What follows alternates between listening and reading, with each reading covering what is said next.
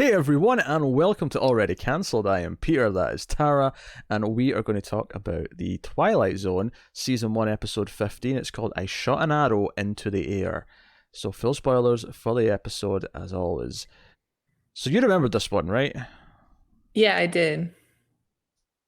Oh, okay, right, that was a short answer. Yeah, Yeah, I mean, yes. I think we're going to I remembered elaborate. it from the description. I remembered it from the title, and I went, "Oh, I know this one." And while watching it, I knew every scene that was going to happen. I What about remember. you? I remembered it when I saw it, like when I started watching it. It all came flooding back. However, Mhm. I did remember, or at least I guessed the twist last week because I didn't want to say it on the review itself because I didn't want to spoil the next episode. But the one thing that I really wanted to say last week, because last week's episode, so spoilers for last week's episode, if for some reason you skipped ahead to this one, um, was that the twist was that we're on an alien planet the whole time, and that the people on the saucer were coming towards Earth, right? They were escaping to Earth, right? Mhm. And as soon as I read the description for this one, I went, I bet the twist is the exact opposite. We think we're on another planet or an asteroid, and the twist is no, we're on Earth the whole time. Why does season one of this show do this, though? They It's have back-to-back episodes of descriptions that could be so the same.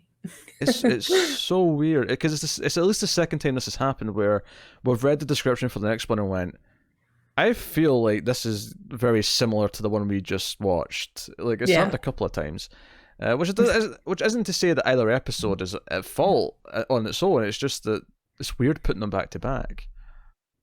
Yeah, I try to put myself in the mindset of where I was when I last saw this episode to see if the twist is obvious. And it's kind of impossible to do. Like once you know what the twist is, the episode's still good, but it's not as rewatchable. Mm. Yeah, because the episode starts, it's running it's the control room, and what I love about this opening scene actually is that you're in the control room, right? They don't call it NASA, but like it's essentially what it's supposed to be. Hmm. And they're like, okay, counting down to the rocket, and Rod Serling's doing his narration, and he's like, okay, so they spent 4 years working on this rocket. It's the first rocket to leave the planet. Again, to compare it to the new 2019 series that just finished its first season, this gave us information. This explained a lot of things so that we understood Yeah. the context of what was happening, which what the new show never does. The new show just gives you bumble jumbo that means nothing. Uh, but what I You're thought so was right. interesting about this scene is that this was 10 years before the moon landing, right? Or maybe 9 years now. I think we're in 1960 now, but Mhm. this is past Christmas. But what I thought was interesting about it is that okay, so I'm looking at this control room and I'm seeing a guy with like a periscope and I'm seeing like just this. It's a relatively small room for what it is. Like when I think of what the NASA control room is supposed to look like, at least from other TV shows and movies that are much more present, it looks very Yeah. small. It And should be rows and rows of desks and computers and yeah, like at least what, a dozen scientists with giant screens in the of front. course, obviously, Yeah. yeah, naturally, that's what you have in the room.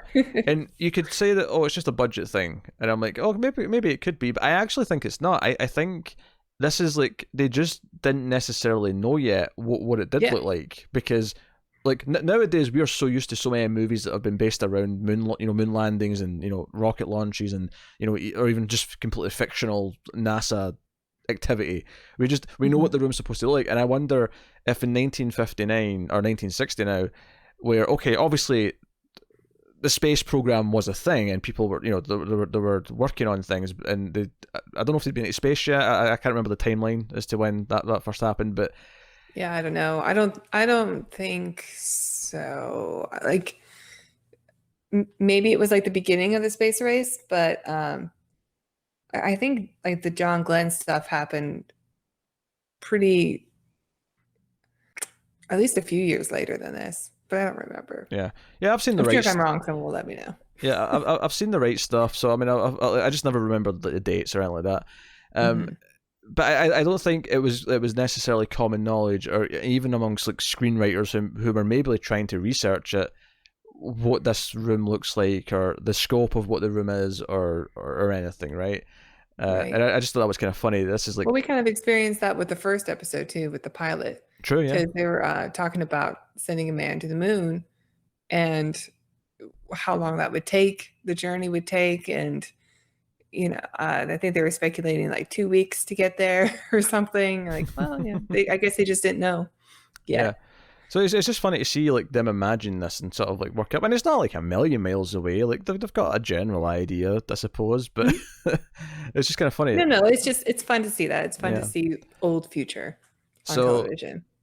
they fire a rocket up, they lose track of it, and then we cut to the astronauts. Which notably, I don't even think they're using that word in this episode. Maybe because that word again wasn't like a common used word yet, Did commonly you say used word. they didn't use the word astronaut? I don't think they did. Uh, yeah, I don't think so either. I don't remember. I think it was just like the crew, the pilots. It was never astronaut. But they think they're on an asteroid, and only three have survived. Well, there's a fourth, but he's lying there. He's dying. Not much time left. Uh, Yeah. And there were like 10 pilots or something, or 10 crew members. yeah. 10 pilots. Yeah, it's just a Yeah. ship with nothing but pilots. Yeah, no power struggles there.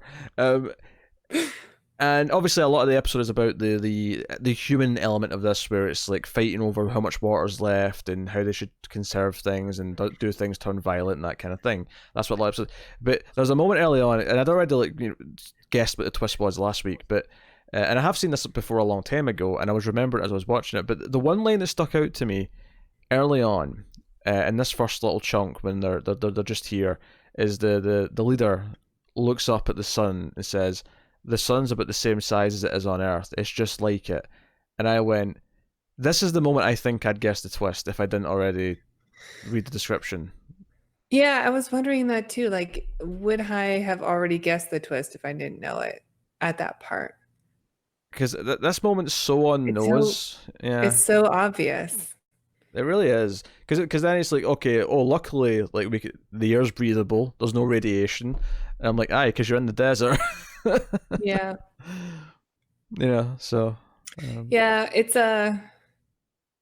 it's kind of funny because they land on an asteroid, and this isn't the first time we've had an asteroid with an atmosphere in it in Sure, Twilight yeah. Zone. The episode The Lonely also had that setting. And I guess that's what people who wrote science fiction just believed, that it's just a barren rock, but it still has breathable air. Yeah, wishful thinking. Maybe it was just a case of like no one will know better, so we can just do it, even if Yeah, the writer that could knows be it better. too. Yeah, And yeah, I'm fine. Like I put myself in that time when I watch it, and I go, because it's just more fun that way, to accept that this is the information that you had at the time, and to watch it from that angle. And I do actually really like this episode, though. I know I'm kind of like complaining about it, but I do really like it. I especially like uh, the main character, because I like that he's kind of a villain. It's a good character study. It's kind of like Lord of the Flies. What happens when people are isolated and they're trying to survive? What does it bring out of you? yeah, that's exactly what it is. Yeah, Corey, he's the lead, not the leader, but he's our lead character, and that he's the one we're mainly following, and he is concerned that the dying man shouldn't get any water because they have to split it amongst the three who are healthy and alive and give them a fighting chance. And there's debates over this, and then eventually, like the colonel sends them both out to like try and see if they can find anything, and he comes back alone. And suspiciously, his canteen is almost full, despite the fact that he left. It was only half full, and he was drinking it already. So Hmm. he's like, "What happened to the other guy? Did you kill him?" He's like, "No, I didn't. No, I found him though. Like he must have hit his head in a rock, fell down somewhere. I took his water." And he's like, "Did you do anything for us?" The colonel forces him to take him out to where he found the other guy, and he is still alive barely. And he tries to draw something in the sand. He's trying to like draw something, and I wasn't sure what he was trying to draw. Like I thought he was trying to make an E at first to say Earth. Mm. I feel like that would be the obvious thing to do. Later on, we find out he was actually trying to draw power cables. Yeah, like a telephone line. Yeah, a telephone line, and I'm like, I feel like that in the sand. Like this is a really bad game of Pictionary. I don't know if this is going to be that obvious. Um, Well, I don't remember if I could. Was he able to draw the full thing, or did he just do a line and then kill over? He did a line in two. He did two across in a line, and I thought he Oh, was going to okay. Yeah. and So I kind thought, of like a T with an extra hat on it. Yeah. well, because I thought it was going to do like an E, because he did the two and then the straight line. I thought, oh, okay, another horizontal one will do you. Then you can get onto the Yeah. Well, A. maybe if he had some water, he would have been able to speak. Oh, But, maybe, yeah, yeah, of Corey took all course, his water from him. exactly. Corey took that from him. So yeah, and then I mean, it's a very straightforward episode. I mean, it does get a little bit more dark here, where Corey does, like, after the colonel's dropped his gun, he picks up the gun and just shoots them. Like, he doesn't even give him a chance. There's no begging. There's no pleading. He just does it. Hmm. Takes his Uh, water. takes his water and goes on sauntering and climbing. And what I thought was interesting, this is maybe the first time where Rod Serling's narrations came in a little bit early, just to kind of Yeah. No, add. no, we had that with the Time Enough at Last episode as well. Oh, you're right. You're right. Yeah, I remember now. Yeah, you're right. Because we noted that down Hmm. at the time as well. Yeah. But it comes in to almost just kind of assist the visuals, because he's just climbing rocks, he's climbing mountains, he's traversing and being kind of miserable, and it's just to kind of like talk about his struggle. And then he gets to the top and he finally sees something. He starts laughing. He's like, "No, I know what he was trying to say. No, I know what he was trying to say." And the camera just pans over, and there's a couple of cars. There's some power cables. There's a sign that Yeah. says Nevada. However many miles. Hmm. Um, and it's like, oh shit, we're on Earth the whole time. What's funny to me actually is that obviously this came way first, but this actually, there's a very similar plot to this in a kids comedy show that I used to watch growing up called Chucklevision. And it's about, I've never heard of it. it's a UK show, but it's these brothers Paul and Barry Chuckle, and the plots of the episodes tend to be that every episode they tried a new profession, and sucked at it because they were goofballs. But they built a rocket in an episode and wanted to go to the moon, or another planet, and maybe Mars, and they get out of they go up for a bit, they come down, they get out, and they think, oh, we're on another planet, and they're taking it all very seriously, and in a comedy way. And then eventually the twist is they eventually just get to the edge of this field, and oh wait, no, we're actually just like we're at the farm that's like a mile down the road. Like, we're not anywhere special. It's funny because it reminded me of a movie that Rod Serling wrote, which I don't know if I should say which one because it's kind of the twist ending of it. Is it the same twist ending? Yeah. Whoa. I wonder. Assuming it was after this, I wonder if you like this idea, but thought I can do more with this. I'm going to I do. probably. I Yeah. mean, I don't think he wrote this episode, but he wrote the movie that takes from this episode. You know what this movie is. He wrote the screenplay, but it's based on a story by Madeline Champion. Oh, a female? Madeline sounds like a female. Cool. You weren't expecting a woman writer in the 60s, were you? I wasn't. No. Hey, there you go. Way to go, Madeline. Unless you're a man, but still way to go. I mean, this is literally the only credit to her name. I wonder if when it says story by, I wonder if she wrote a short story, if she's not a screenwriter or anything like that. I wonder if it's... I think Twilight Zone took scripts that were submitted by people as well. Oh, really? Yeah, I think so. I don't know if it was quite like Star Trek level, because I think that was much later in like the Next Generation where they took spec scripts from people, from fans. Interesting. But I think I remember hearing that Twilight Zone did that. So maybe that's what it was. Oh, maybe. Mhm. But yeah. Yeah, I mean, the twist ending is good. I think it's maybe a little too telegraphed. But the core story is entertaining because it is I think any situation where you've got a small group of characters trying to survive, it's hard not to also think about maybe the opening like 20 minutes of like Planet of the Apes a little bit. Yeah. Before you get to the apes, obviously, just the wandering on the planet. Yeah. Which, funnily enough, spoilers for Planet of the Apes, just in case you don't know the twist ending, which is very famous. But the end of Planet of the Apes, the twist is that it's on Earth the whole time. Yeah, that's the movie I was talking about. Oh, did he write this movie? Yeah. I don't know if he wrote Planet of the Rod Apes. Serling wrote the script for Planet of the Apes. I did not know that. That's why I never thought of that when you were saying it. Yeah. Hey, I don't think you can feel too bad. Literally every DVD and Blu-ray of it has the Statue of Liberty on it now. Like I know. they don't even I know try. it's been spoiled. I don't know. It sucks. I wish I could have watched that for the first time, not knowing. I really Oh, do. I did. Yeah, I did I not. did. I I blame Cheers. There was an episode of Cheers where they had a conversation about it, Oh yeah. and it ruined it And for me. The Simpsons does the musical, Yeah. which I think I quoted last week when we did our Twilight Zone review. luckily, actually, because I rewatched Frasier like a few years ago, and there's Mhm. actually a spoiler in that for Citizen Kane. And I had seen Frasier before Citizen Kane, but luckily I'd forgotten about it by the time I actually watched Citizen Kane. So, you know, Oh, the Rosebud. yes, what Rosebud was uttered in anger. Eh, It's it's anticlimactic anyway. Well, look at the What the answer is. hot takes on Citizen Kane. Um, it's actually really funny to think about that episode of Frasier because the whole episode is about spoilers. But before like we had spoiler culture, he's trying to avoid spoilers for some movie that he's been trying to see, and even though it's this artsy fartsy like French film, that he's still surrounded by spoilers. This is despite the fact that no one else he knows should care about it. Well, except Niles, because Niles is also artsy fartsy. Right. But I don't know. It's just funny to me. Anyway, I think the episode works at its base value. It's a really solid episode of Twilight Zone, but it's maybe one that, unlike some of the others, has maybe aged a little. Not necessarily on concept, but just because it's actually, from a modern perspective, I think it's really easy to see where this one's going. Like it's very clear.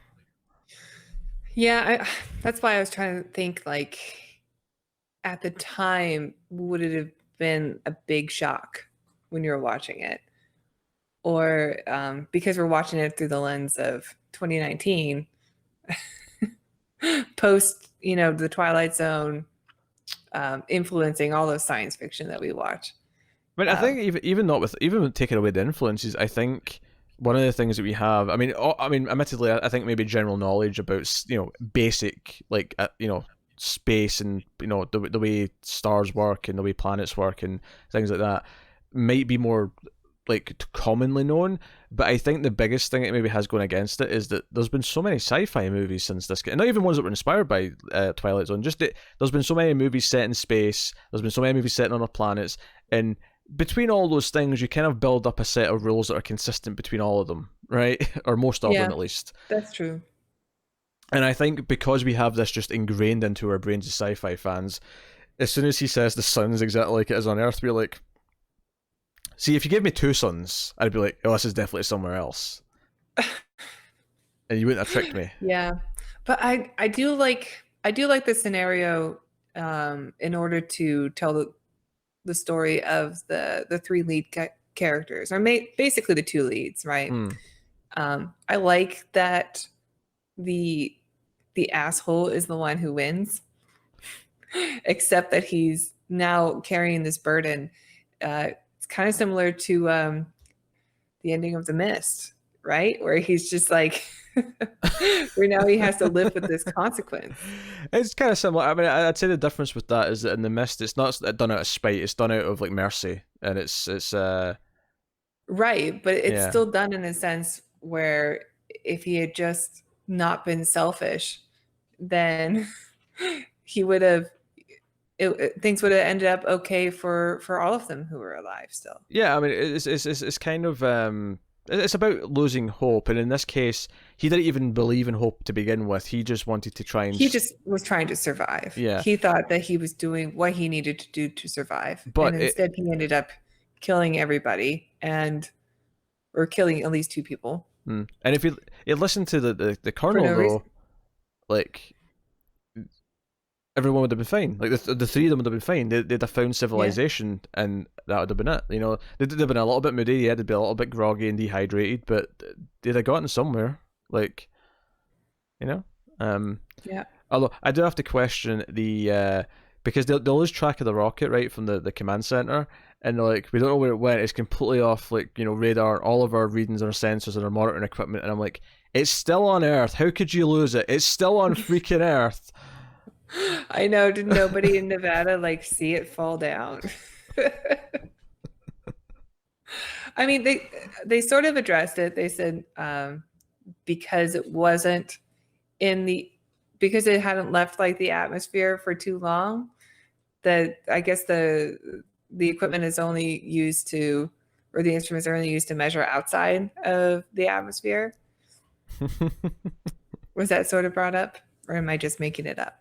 No, I think they kind of say something like that, but I still call bullshit. Oh yeah, just because definitely. But that's okay. It's kind of like Lord of the Flies, which I brought up earlier. Like, okay, kids are on an island. Somehow, only the children survived.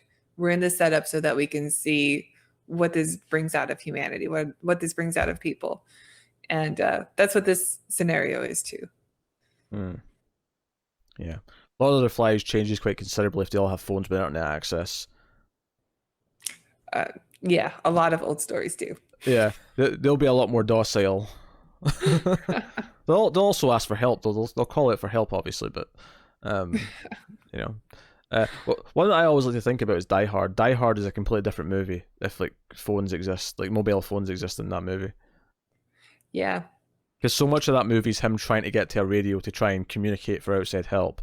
All of that is just... even like Star Wars is kind of guilty of it too. And they in the future. Oh, I guess they're not in the future. It's a long time ago. Yeah, it's a long time ago. But all their technology has to be transferred through droids when they couldn't have just made a phone call. Yeah, they got fancy hologram phones, but for some reason, every so often that doesn't work, and they have to send the droids. Yeah. Nope. See, exactly. Star Wars is overrated. You've proven my point. That's not where I was going. But it's where we got anyway. Isn't life wonderful how it takes you down unexpected paths? Yes, it is. Yeah, all right. It's a great movie. Hey, I like the original trilogy. I'm not giving shade in the original trilogy. Yes, thank you. My problem is the ongoing franchise as a whole could be doing with calming down a bit. Okay. I mean, you just don't like what other people like. That's why you like fancy art house movies. I like lots of mainstream. Hey, I went to see Godzilla King of the Monsters this week and I loved it. It was great. There was monsters hitting each other. That is not highbrow entertainment, thank you very much. All right. Okay. But yeah, that was the Twilight Zone. I don't have much more to add about the episode specifically. No. I couldn't really decipher what was coming up next. He was speaking in code. Yeah, he was talking about a flight of some kind, but ultimately it's about a hitchhiker. It's called The Hitchhiker. Let me read what the description is on IMDb. A young woman driving cross-country becomes frantic when she keeps passing the same man on the side of the road. No matter how fast she drives, the man is always up ahead, hitching her for a ride. It does kind of sound familiar, actually. It does kind of. I think I can picture the man. You can picture the man. Looking forward to it. Yeah. Looking forward to it. And we'll see. We'll see how it is. So that has been Twilight Zone episode 15 of season 1 of the classic show. So let us know what you think of the episode in the comments below. You can like and subscribe, all that stuff. You can get us on the Twitters at @mailed_fudge for channel updates. If you would like to check out other content that we have, other things worth recommending, slowly working through Babylon 5, which may or may not also feature Tara soon. If I can catch up. Yeah, probably towards the end of season 1, starting season 2 kind of time she'll jump on. So you can look forward to that. You can also check out classic Star Trek reviews with me and Connor. We're just about finishing, or by the time this goes up, we'll probably have finished season 1 of The Next Generation. So check out that. And if people want to support us, Tara, how can they do that? Oh, why, you can go to our Patreon page at patreon.com/MildFuzzTV. You can donate as low as $1 per month. And with that, you get bonus episodes of some of the shows like The Ace, The Atomic Cinema Experiment, or Screams After Midnight. And you get access to these Twilight Zone reviews a week early. And you get to vote for upcoming films if you donate at the $5 tier. And oh boy. And what comes after that? If you donate $10 a month, you get to sponsor videos. Am I making that up? Yeah, it's sponsor a specific TV series of reviews. I was mostly just in that to be a dick. I wasn't actually. But I know, Coach. You're just throwing me in. But since we're on the subject, and Oh, did I miss something? there's the next one up. There's a $20 here. I don't know what it does. That's the producer tier. You get your name at the end of every single thing that we do. Cool.